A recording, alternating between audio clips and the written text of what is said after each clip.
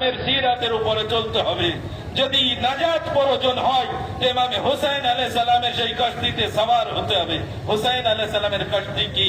ইমামে হুসাইন আলাইহিস সালামের সিরাত, ইমামে হুসাইন আলাইহিস সালামের বয়ান করনে वाला যে উনি বয়ান করেছেন সেই রাস্তা, যে রাস্তা ইমামে হুসাইন আলাইহিস সালাম অবলম্বন করেছে, যে রাস্তা ইমামে হুসাইন আলাইহিস সালাম ইখতিয়ার করেছেন, সেই রাস্তাই হলো নাজাতের রাস্তা। কি রাস্তা? ইমামে হুসাইন আলাইহিস সালাম দুনিয়া वालों-কে জানিয়ে দিয়েছে যে দেখো সই হয়েছে 61 হিজরিতে, আজ 1447 হিজরি হওয়ার পরেও লব্বাইক ইয়া হুসাইনের সাদা দুনিয়ার কোনায় কোনায় থেকে উচ্চ হচ্ছে। কারণ কি?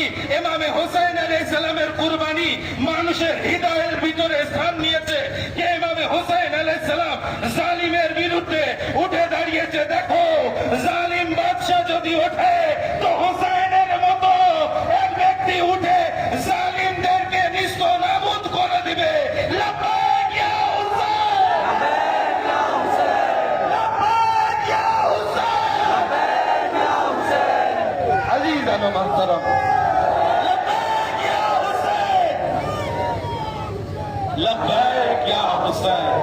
দুনিয়ার কোনায় কোনায় লব্বাইক ইয়া হুসাইনের সাদা বুলন্দ কি জন্য?